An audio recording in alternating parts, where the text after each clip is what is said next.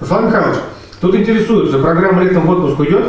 Ничего себе вопрос на засыпку, да? А кто будет честно говорить на БСТ и во всех соцсетях страны? Слушай, ну давай потом к этому вопросу вернемся, да? Алсу, у меня в голове противоречие вот последние там недели, да?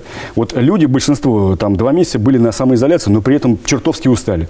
Там все жалуются на отсутствие денег, но при этом все хотят рвануть подальше там за границу. Ну, на какие шиши, спрашивают? Ну не так уж много людей сидели без работы. Ну, в конце концов, многие работали на удаленке, многие работали, как мы с тобой, но с другой стороны, просто, какой отдых дома? Отдых – это путешествие, впечатление. Другой вопрос, как жить в этих эпидограничениях сейчас? Да нормально можно жить. Да. Вот я в 1001 раз повторю, что мы чемпионы мира по выживанию. И вообще человек такое существо, которое привыкает ко всему. Да? Вот сейчас в Уфе открыли торговые центры, я вот смотрю, там очереди, ажиотаж, и при этом повально не соблюдает масочный режим. Но вообще хороший повод поговорить о том, вот, как мы проведем это лето, как раз, да? Алсу, мы сегодня куда детей, куда себя? Куда себя? Пригласили сегодня гостей поговорить об этом. Да, гости подошли. Работаем.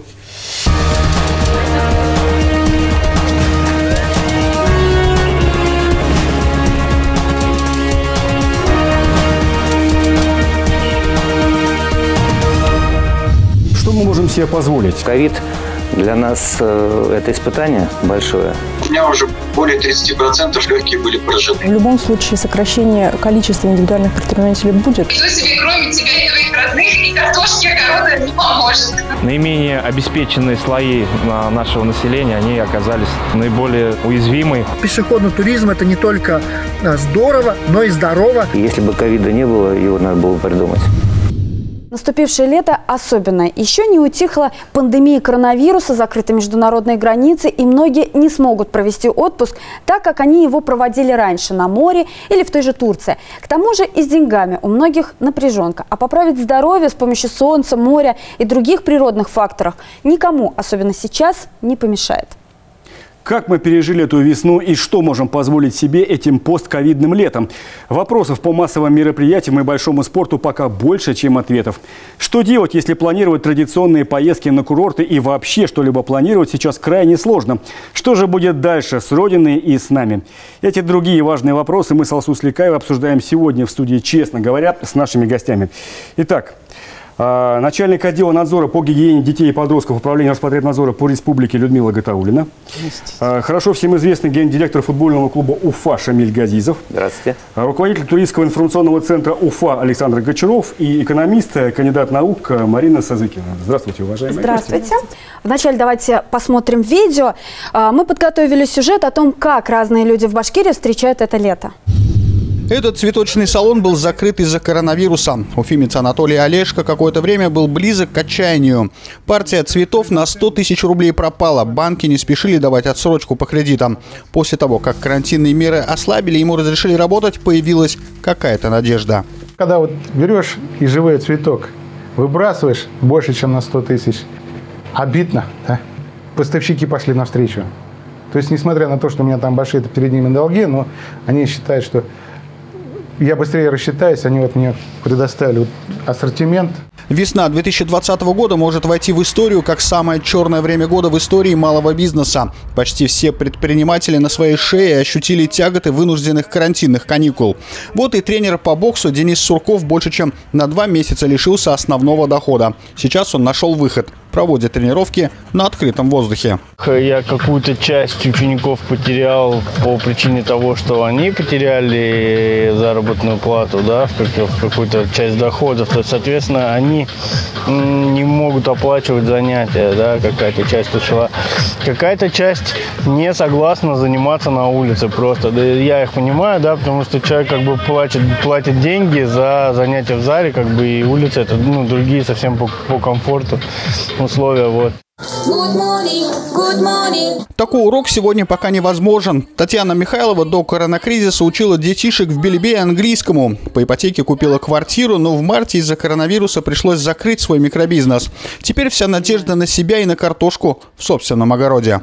Пока вот эти возможности, которые нам дало государство, они перекрывают потребности продаж. Но квартира стоит на продаже. Если она продастся, жить будет легче. Как говорится, нужно менять только на себя. Никто себе, кроме тебя и твоих родных, и картошки, огорода не поможет. Так что пока растим урожай. Надеемся, природа нас не подведет с погодой.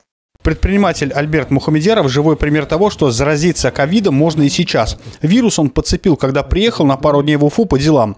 Неделя с повышенной температурой, обследование на компьютерном томографе, после которого его направили в госпиталь, откуда он вышел перед праздниками. Когда я приехал на компьютерную томографию, у меня уже более 30% легкие были поражены. В случае, если коронавирус обнаружен положительно, тут же надо проверять легкие на компьютерной томографии. Не ждать, не тянуть, потому что если будет 50, 60, 70% повреждены легкие, человек может просто сознание потерять и все.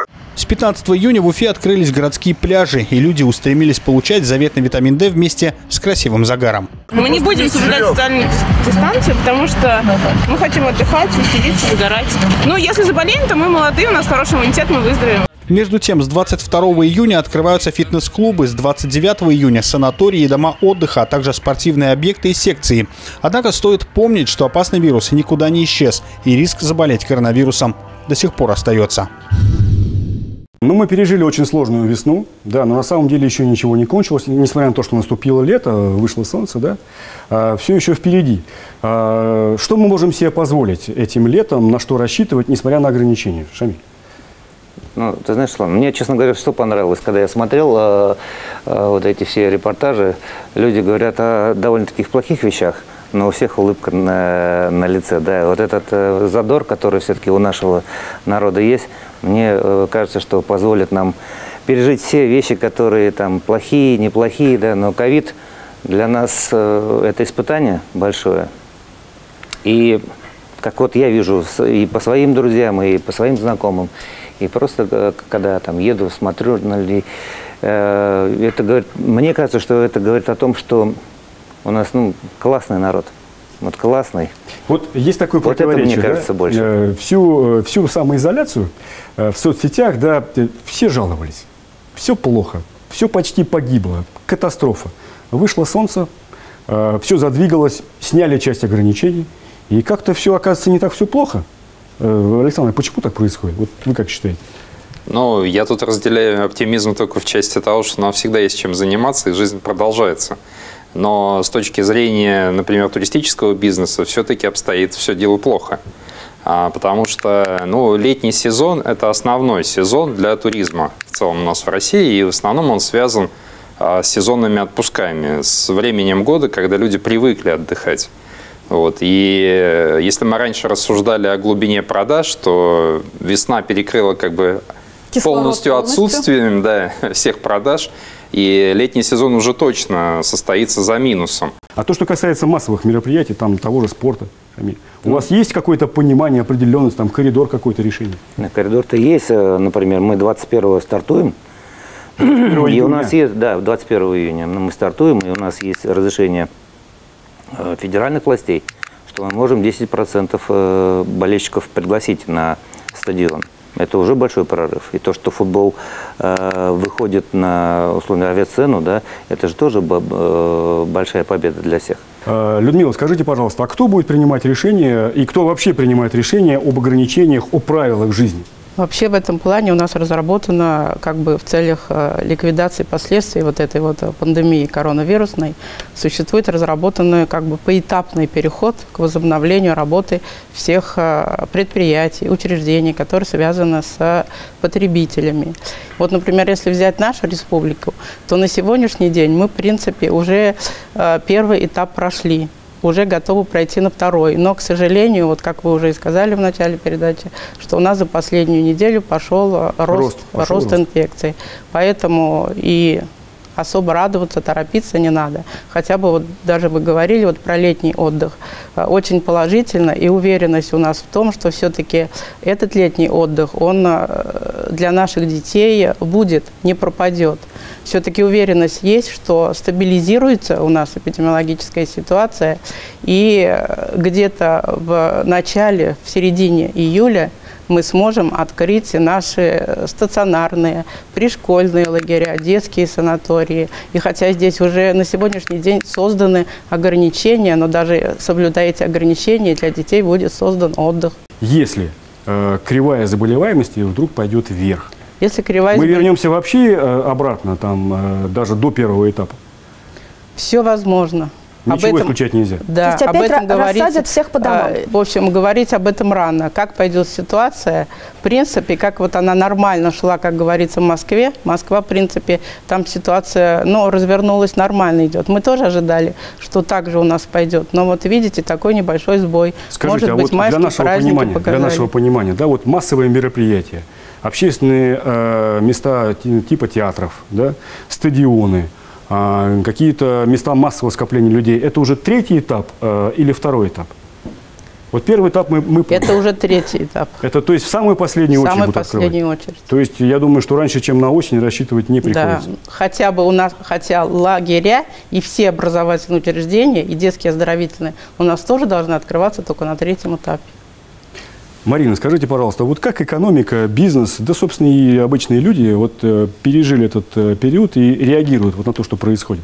Надо сказать, конечно, что все по-разному пережили. Если мы говорим про такие отрасли, как туризм, то вы сейчас слышали комментарии экспертов, что это самая пострадавшая отрасль, наверное, да? Да, конечно, авиаперевозки тоже в том числе.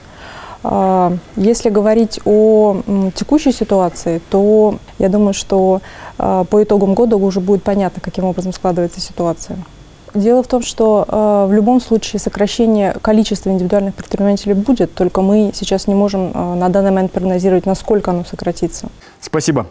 Роль государства в кризисный период трудно переоценить, впрочем, как и роль инициативных личностей. Кто-то сетует на обстоятельства, а кто-то пытается их преодолеть. Мы решили узнать мнение разных людей, что могло бы предпринять государство, чтобы быстрее восстановить экономику, поднять доходы граждан, чтобы их хватало не только на повседневную жизнь, но и на отдых. Что касается помощи остальной части населения, мне кажется, наверное, наименее обеспеченные слои нашего населения, они оказались наиболее безоружные, то есть в этой ситуации наиболее, скажем так, уязвимые. И я думаю, что, наверное, им хотя бы сейчас имело бы смысл помочь, оказать какую-то, может быть, адресную помощь. Я понимаю, что это, наверное, триллионы рублей. Я понимаю, что таким образом, может быть, будет нанесен удар по бюджету Российской Федерации, но мне кажется, какая-то помощь должна быть оказана в этом направлении.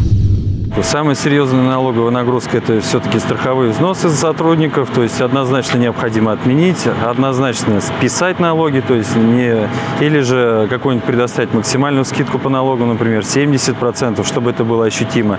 Ну и, конечно же, весь бизнес находится все-таки у нас в аренде, и в аренде в основном в коммерческой, то есть необходимо со стороны правительства проработать как-то с собственниками коммерческой недвижимости, им дать какие-то меры послабления и, условно говоря, обязать собственников коммерческой недвижимости снизить именно арендную ставку для арендаторов. Я бы все-таки предложил пойти на более радикальные меры, а именно я бы позволил бы налоговым органам, например, принять решение об освобождении бизнеса от налогов полностью на квартал, скажем, да, на второй, в частности. Вот.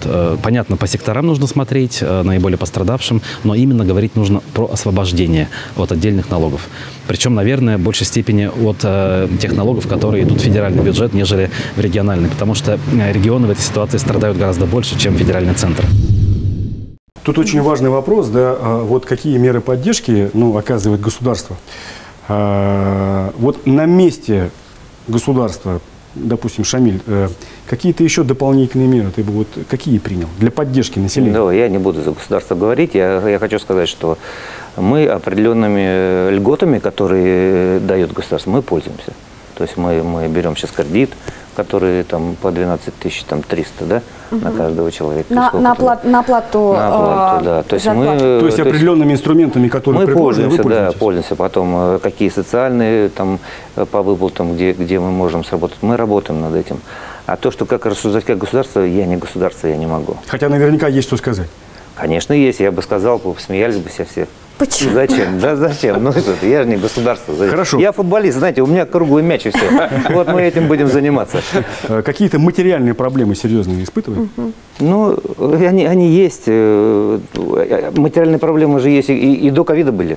Они у всех были, наверное. Но когда начался ковид, мы, наоборот, усиливаем движение. Мы постелили поле, новое поле, мы купили новый автобус, мы медиаборта приобрели. Мы дальше двигаем. Мы больше начинаем В соцсетях больше работы. Мы понимаем, где мы тоже должны заработать. Детская да? академия какая? Да, академия закрылась, но вот это самое большое для нас, для меня, по крайней мере, самая большая проблема. Все-таки дети не заняты. Да? У нас 1500 детей. Мы ждем, когда мы можем открыть. Когда мы можем открыть, и чтобы дети, все-таки нагрузка на родителей чуть-чуть упала. Ну, это важно очень. А вот если это сделать на улице, допустим, ну вот мы видим, что некоторые выходят из ситуации и занимаются на улице. Но это же незаконная ситуация. То есть там же контакт полный, я так понимаю, да? Это мы показали, это незаконная ситуация. Это человек взял на себя ответственность полную, и поэтому, ну, я боюсь рисковать чужими детьми. По этому поводу что Роспотребнадзор может сказать? По этому поводу я что могу сказать, что по последнему указу главы Республики Башкортостан, это у нас который был 195 от 1 июня, там прописано, что с 1 июля у нас якобы должна возобновляться работа вот этих дополнительных организаций, дополнительного образования детей. С 1 июля? То есть это уже можно. Поэтому я и говорю, у нас все-таки до 1 июля еще вот есть 2 периода по 14 дней. Но опять же, в зависимости от текущей ситуации. Да. Если ситуация будет, ну, по крайней мере, держаться хотя бы на сегодняшний день и немножко падать, то можно уже говорить о работе, о возобновлении работы образовательных организаций. Вот вы знаете, вот, допустим, лично я уверен, что основное условие для этого, вот, для стабильного, да, это самодисциплина. Самодисциплина. Но вот опять же, видя по тому, что происходит там на набережной, в торговых центрах, ну, люди восприняли снятие ограничений, ослаблений, как сигнал к тому, что все можно. Вот у меня такое ощущение. А у вас, Александр? Ну, тут, наверное, сложно комментировать коллективно-бессознательное, да, то есть как происходят эти вещи. Мне лично кажется, что мы очень слабо управляем этим процессом. От того, что там в информационных каналах прозвучали чьи-то призывы, посылы, где-то их прописали, это же не значит, что мы их донесли до людей. И четко объяснили, что можно, а что нельзя. Этого нету. Вот есть известное мнение, есть известная позиция, у каждого она своя, по поводу так называемых вертолетных денег. Надо ли раздавать определенную сумму денег, фиксированную каждому гражданину Российской Федерации? Чтобы он сходил и купил билет на футбол. Мне легче задать. Сколько должен там мяч, какой он должен быть, понимаешь, да, как его надуть? Вы мне говорите про вертолетные деньги. Я вообще это не понимаю. У тебя свое мнение Хорош, да вы что ты. Нет, ну смешно это. Я не буду на это. Получатели, конечно, все будут рады получить эти деньги. Вы как считаете? Ну, проследить дальше как бы экономическую и социальную ситуацию от раздачи этих денег, ну, тут же надо учитывать весь комплекс, который за этим стоит. Ну, раздали, как бы, с точки зрения пополнения там потребительского рынка, да, это положительно, да, потому что... Раздали деньги, люди с этими деньгами они куда-то их потратили, конечно, да, то есть если они получили за работу, но они, в принципе, получили эти деньги, они все равно их потратят. Вот, и это движение экономики. А дальше надо смотреть, как в целом экономика будет работать. Оцените, пожалуйста, те меры государственной поддержки, которые были сделаны за весну, вот, насколько они повлияют на общую картину. Ну, полную оценку сейчас сложно давать. Мы сейчас очень много видим публикаций, которые критикуют наше правительство с точки зрения того, что во многих странах, например, Западной Европы, в США, на борьбу с ковидом было направлено порядка 20% ВВП. В России мы не можем говорить о такой цифре, но, с другой стороны, наверное, каждое государство, каждое правительство предпринимает те меры, которые может предпринять. И вот когда вы говорили как раз про вертолетные деньги, то в среде экспертов, экономистов тоже идет спор о том, стоит ли, например, в России выдавать вертолетные деньги или не стоит. Я не за вертолетные деньги в той концепции, которая они реализуются, например, в Америке, то есть раздать всем. Я за то, чтобы рассматривать и пытаться внедрять концепцию базового безусловного дохода, как это происходит в некоторых странах Западной Европы. Чуть попроще можно? Да, можно чуть попроще. Например, сейчас после пандемии Испания принимает решение о том, что они будут пытаться внедрить в жизнь как раз вот эту самую концепцию базового безусловного дохода. Что она означает? Что каждый человек, каждый гражданин страны может получать ежемесячно определенную сумму денег. Типа МРОД каждому человеку ежемесячно, да, без разницы, работает он или нет. То есть он безусловный, да, то есть никаких условий для его получения нет. Руслан, смотри, по логике вещей сейчас самое время развивать внутренний туризм. Это ты про свой отпуск? Я вообще говорю. Ну, слушай, не было бы счастья, да несчастье помогло, да. Если действительно внешние границы будут закрыты, да, то люди будут вынуждены отдыхать внутри. Вопросов нет, да. Но если условный санаторий Красноусольский там или Ангантау стоит дороже, чем Карловы Вары, но надо же надо, чтобы желаемое там совпадало с действительностью. Ну, так вот и я говорю о том, что предприниматели увидят ли в этом возможность для развития бизнеса внутри региона? Вот давай продолжим разговор и выясним это.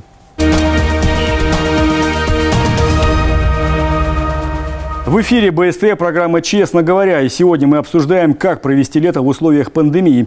Мы уже рассказывали о том, как разные люди в Башкирии пережили эту весну. Но какие планы они строят на это лето? Давайте послушаем и продолжим обсуждение. 2 месяца отдыхали, теперь работать, восполнять потери, отдавать долги, набирать жирок свой снова. Если ничего не разрешат никуда ехать, то какой отдых может быть? Я, в принципе, не так уж и устал, если посмотреть на доходы на свои. Мои дети ни разу не были на море, моя семья никогда не была на море. Мы хотели поехать в июне, но вот видите, с этой ситуацией все накрылось медным тазиком.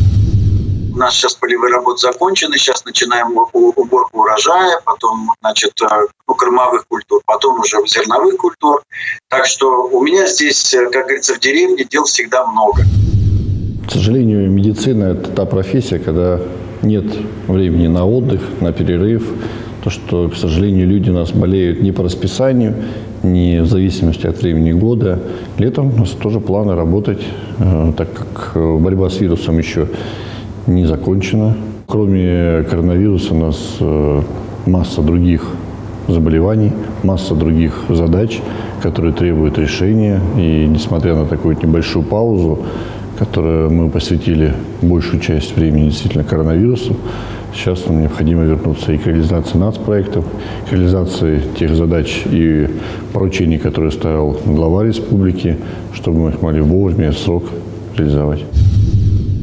Мы, честно говоря, и так собирались вместе с семьей путешествовать по республике Башкортостан, просто верхом пройтись по нашим горам, по нашим лесам. Также одновременно буду там проехать по лесам, сам один уже пойду, как там, где лес рубят, как дороги. Я пообщаюсь по-простому с деревенскими мужиками, они больше расскажут, и я больше узнаю. Марина, вы как экономист, что вы посоветуете людям на самом деле делать летом, полностью вложиться в работу или все-таки дать себе отдохнуть и вести привычный образ жизни? Это сложный вопрос. Я думаю, что какого-то универсального ответа на ваш вопрос нет.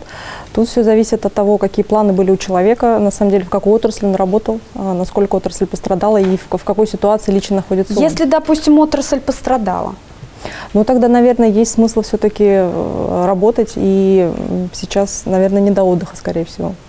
А другое дело, как можно там по-другому обеспечить себя свой занять, отдых, потому что чем занять. Людям не запретишь желать отдыхать, и они все равно будут отдыхать каким-то образом. Конечно, конечно. И в том числе начинает еще больше процветать, так скажем, нерегулируемый туризм. Да? То есть, если мы раньше рассуждали о бизнесе туристическом, то сегодня просто каждый самостоятельно, во-первых, едет на природу. Да, если он понимает, что у него есть автомобиль, он сел на него и поехал до ближайшего водоема. Ну, конечно. А как по-другому, если в Красноусольске дороже, чем в Турции отдыхать?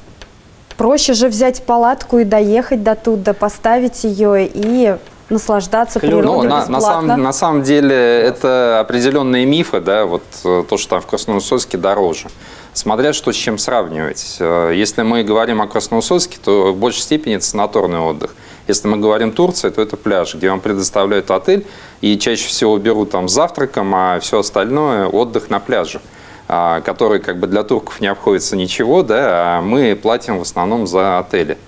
Вот, поэтому нельзя эти вещи сопоставлять, и тут нужно рассуждать в целом об отдыхе, да, то есть если у нас на сегодняшний день там, в большей степени устоявшаяся цена и в летний сезон не дороже там 1500 в сутки за размещение, в комфортных условиях, если мы берем в среднем все туристические базы, там кемпинги, я не знаю, там, различные места размещения.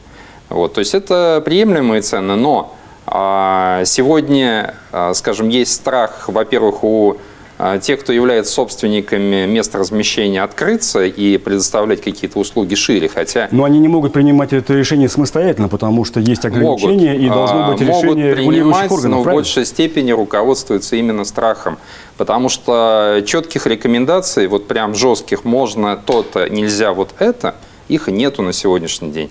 А теми формулировками, которыми мы отделываемся, что не рекомендованы туристические путешествия, поездки, да, это ни о чем. Это напугать одну и вторую сторону. Вроде бы как уже и музеи начали открывать, но у нас, например, до сих пор не открыты природные парки. То есть что такое для республики природные парки? 5 крупных территорий, да, куда организованно водят группы, там 2 больших озера, Кандрыкуль, Аслыкуль, гора Эремель. Они официально закрыты? Они официально до сих пор закрыты. Ну, насколько я понимаю, видимо, неофициально, да, но туда просто поток людей. Конечно, они обходят КПП, потому что понимают, что они пришли уже к объекту, да, они подходят, им говорят, нет, нельзя, но лес большой, дорог много. Почему не обойти и не пойти на вершину? Скажите, рыбалку разрешили? Да, и можно взять удочку, да, и пойти на гору. Сам уже выезжал на природу? Конечно. Какие-то встретил препятствия, ограничения? Нет, а каких? Если ты соблюдаешь определенные нормы, какие-то, что мешает на природе? Что? Вокруг людей нету, дистанции большие. И это организовать просто на самом деле. Потому что очень сложно прогнозировать, да, когда откроют и откроют ли вообще внешние границы, насколько я понимаю. Ну, на это рассчитывать не приходится. Я думаю, что нам надо понимать, что мы будем обходиться. Ну, почему обходиться? Это же здорово. Можем пойти все на рыбалку, вот так же сидеть, закинуть удочки и поймать рыбу. Так же, соблюдая дистанцию. Конечно. Как, по вашему мнению, будет открываться у нас Турция, там какие-то зарубежные направления? Или все-таки мы этим летом не полетим никуда? Ну, хотя авиакомпании начали движение полетов по России, да, но за рубеж такого активного движения нету, предложений нету, поэтому совершенно точно это будет уходить в лучшем случае на самый конец лета. Может быть, мы зацепим август, может быть, но на сегодняшний день предпосылок к этому крайне мало. Вот вы сам лично поедете в условный Сочи, понимая, что там на пляже массовое скопление людей и есть риск заразиться? Вот, Шамиль. Нет. То есть там, где я могу заразиться, я туда не поеду. Есть риск, да, есть риск. Вы, конечно поедете. Нет, конечно, не поеду. Но, а куда поедете? Марина, а вы? Ну, я не планировала этим летом никуда ехать, поэтому мне, наверное, проще. Потому что материальное положение не позволяет? Или вы просто сознательно не хотите? Потому что я планировала отпуск на осень, и, возможно, он еще состоится. Спасибо. Не секрет, что часть граждан еще до начала пандемии планировали свои отпуска за границу и приобретали или путевки, или авиабилеты, но ситуация резко изменилась. Кому-то удалось вернуть вложенные деньги, кому-то нет. Какие планы на отдых можно строить этим летом, мы решили узнать мнение экспертов. Куда традиционно надо ехать? Ну, куда едут? Едут у нас на природу. На природу любят наши сплавы, посещают горы, пещеры, и поэтому... Традиционно, скорее всего, направления будут туда, и я тоже порекомендовал как раз выезжать на природу. Но также наши озера, это Ектыкуль, Кандрыкуль, Аслыкуль, и озера Учалинского района в том числе. Да, вот это те популярные направления, куда сейчас огромное количество народу едет. Но я порекомендовал бы санкур лечение, люди, для которых необходим санкур лечение, да, все-таки отложить эти поездки на осень, именно на осень и даже на зиму где-то. Вот так, я думаю, это самое оптимальное время будет для того, чтобы люди могли спокойно проходить лечебные процедуры и в тех санаториях наших, именно в республиканских. Мы сейчас находимся на курорте Ектыкуль, банное. И это одно из тех мест, куда можно приехать отдохнуть этим летом, потому что именно отсюда, здесь не только есть озера, здесь не только есть санаторий хороший, да, но здесь еще отсюда будет начинаться большая южноуральская тропа. Это такой пешеходный маркированный маршрут, по которому можно пойти как и с семьями, с детишками. Пешеходный туризм – это не только здорово, но и здорово, и интересно, увлекательно, потрясающе и в нашей родной чудесной Башкирии. Ситуация с карантином, она как-то влияет на развитие внутреннего туризма? Вы как сейчас оцениваете рынок? Сложно проследить, да, зависимость, что вот оно повлияло. да, люди будут отдыхать здесь, и давайте начнем строить. Скорее повлияют другие какие-то процессы. То, что мы долго разговаривали про туризм, и ну, вот сейчас вот достаточно повсеместно начинает появляться нормальная туристская навигация, большие указатели, белым по коричневому фону, и это стандартизированные знаки. Ну, то есть какая-то динамика, какой-то сдвиг есть, да, в туризме во внутреннем? Потому что мы очень много об этом говорили, о необходимости развития внутреннего туризма. Конечно, это все вот претерпевает изменения, но в целом мы в туризме прирастаем. Ну, вот семейный отдых, это понятно, да, но важнейшее значение имеет детский оздоровительный отдых. Людмила, вот мы начали об этом уже говорить. Все-таки есть ясность по его организации этим летом? Какие вы даете предписания сейчас? Я знаю, что начали продавать путевки уже с середины июля. Какие предписания? Да, все учредители, кто оказывает услуги организации отдыха летнего детей, они себе полностью сейчас готовят свои помещения для того, чтобы принять детей. Там жесткие требования? Ну, в принципе, основные новшества, которые отличают именно летнюю оздоровительную кампанию этого года от предыдущих, это прежде всего то, что наполнение 50% от проектной мощности лагеря. 50%? То есть, да, чтобы не было вот этого как бы массового скопления, возможность как бы чуть-чуть дистанцию соблюдать. Именно 50% наполняемость лагерей, потом одномоментный заезд всех детей, всего персонала, то есть одномоментно заезжают, не разрешается дополнительный заезд и не разрешается преждевременный выезд.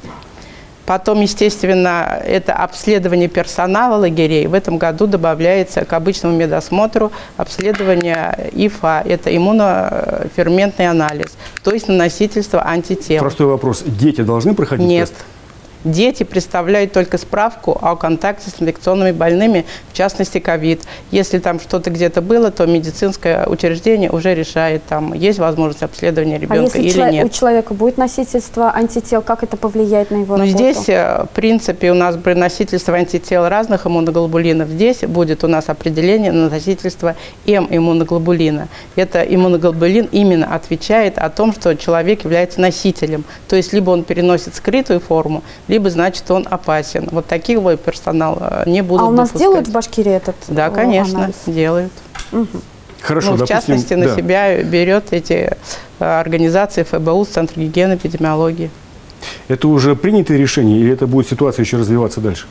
Это принятые решения. Эти с 1 июля? Ориентируемся мы на эту дату. На 1 июля. Там единственный может быть, ну, с 15-го. Но вообще на 1 июля ориентируемся. Режим как будет соблюдаться в этих детских оздоровительных учреждениях? Но режим этих детских оздоровительных учреждений, как обычно, на режим это, в принципе, не влияет. Не влияет. Единственное, здесь что добавляется, это утренний фильтр будет, как никогда у нас этого не было. А здесь и во время заезда детей, и каждый день нахождения, это термометрия, бесконтактная. Посещение родителей запрещается. Запрещено. Шамиль, скажи, пожалуйста, вот был длительный период самоизоляции. Понятно, что у вас были тренировочные сборы, понятно, что было много работы, но ты какие-то вот выводы для себя вот лично сделал, что-то переосмыслил? Я понял одно, что ничего нельзя отрицать. Если мы думали, что мы все знаем и все видели, то мы ничего не знаем. И надо всегда быть готовым к чему-то. Вот это я понял. И далеко заглядывать не надо. Надо жить сегодня, полной нормальной жизнью. Вот, и радоваться солнцу, луне, хоть чему. Надо радоваться то, что мы не загадывать. Конечно. А разве у нас в менталитете нашем не заложено, что мы всегда готовы вот ко всему? Или даже вот к такому мы не были готовы, конечно? Я думаю, что, побоюсь это мнение сказать, но попробую. Я думаю так, что если бы ковида не было, его надо было придумать. И чтобы мы это ощутили. Для переосмысления. Я думаю, многих что, ценностей я думаю, что это новый этап развития вообще человечества. Что это по-новому что-то пойдет. Я так более думаю, глобально это все. Именно в том глобальном плане, что люди должны переосмыслить что-то и понять, что для них действительно важно, а там, без чего там могут обойтись. Что природа важнее, чем все остальное. Вот я думаю, что туда это идет. Это мое личное мнение. Александр, а вот аналогичный вопрос по поводу, вот опять же, ну, может быть, нет худа без добра? Я не думаю, что данная ситуация повлияла как-то хорошо, но ее невозможно было предвидеть, как-то предупредить и так далее. Она возникла, и с этим надо жить, и в этом плане, конечно, надо быть открытым к тем переменам, которые произойдут. Вот. Но сказать, что с этим произошла переоценка ценностей у людей, вряд ли. Изменения в бизнесе, они последуют. А люди, ну, когда выстаивают, наверное, в каких-то трудных ситуациях, ну, всегда закаляются, там, крепнут, да. Происходит просто отделение настоящих истинных ценностей от того, что там каждый день в какой-то суете мы делаем, да, и чем живем. Марина, как вы? Какие выводы для вас там? Да? Больше согласна с Шамилем, что действительно эта ситуация в большей степени для меня экономическая, а именно психологическая, потому что это происходит со всеми одномоментно. Но при этом у меня такое просто внутреннее ощущение, что, наверное, жители нашей страны были к этому лучше готовы, чем, например, жители Западной Европы. Потому что нас так или иначе все время жизнь побивает, да, в 90-е годы, там, начало перестройка, и это как раз, вот как Александр говорит, дает какую-то внутреннюю опору человеку на то, чтобы справляться с этими трудностями. Но вообще я считаю, что в принципе медицинская служба, Роспотребнадзор в этой ситуации отстояли нормально, хорошо. То есть они были как бы готовы и справились с ситуацией по сравнению с другими западными странами. Огромное вам спасибо за честный, предметный, конструктивный разговор. Надеемся, что все будет хорошо. Здоровья вам, спасибо большое. Спасибо. Спасибо. Руслан, ФК Уфа, конечно, вообще молодцы, затеяли эту историю с виртуальными зрителями. Вот интересно, в общем, как это у них получится. Ну, ФК Уфа, в принципе, молодцы, да. И вот, но на самом деле люди соскучились по общению друг с другом, по массовым мероприятиям, там все эти вот спектакли, концерты, там, стадионы. Все-таки человек – существо социальное. Слушай, да? И не говори, потому что вот концерт моей любимой группы перенесли с весны на… Какой, руки вверх? Обижаешь, Анакондас. Вот с весны перенесли вот с самого пика вот на осень. Осенью обещают вторую волну ковида. И, в общем, когда все это произойдет, вот, ну, сплошная депрессия. Слушай, лучшее лекарство от депрессии – это командировка. Мы тебе скучать не дадим. Вот выбирай любой район для командировки. Хочешь Бурзян, хочешь Акьяр, хочешь Киги, отправим. Отправишь меня в командировку в Италию? Слушай, как ты понять не можешь, сейчас в Бурзяне безопаснее, чем в Венеции. Ну, не знаю, не знаю. Честно говоря, еще в конце апреля связь была удаленной, перспективы туманны, прогнозы мрачны, а крепкие мужские рукопожатия в перчатках были больше похожи на диагноз. Но вот пригрело солнышко, сняли часть ограничений, и хотя коронавирус по-прежнему с нами, жизнь потихоньку налаживается. Как это часто бывает в России, оказалось, что слухи о смерти сильно преувеличены, ведь мы не зря чемпионы мира по выживанию. Если сочинение «Как я провел эту весну» у многих похоже под копирку, то пусть сочинение «Как я провел это лето» будет у каждого свое. До свидания. Берегите себя и своих близких. Смотрите, честно говоря, на канале БСТ и во всех соцсетях страны.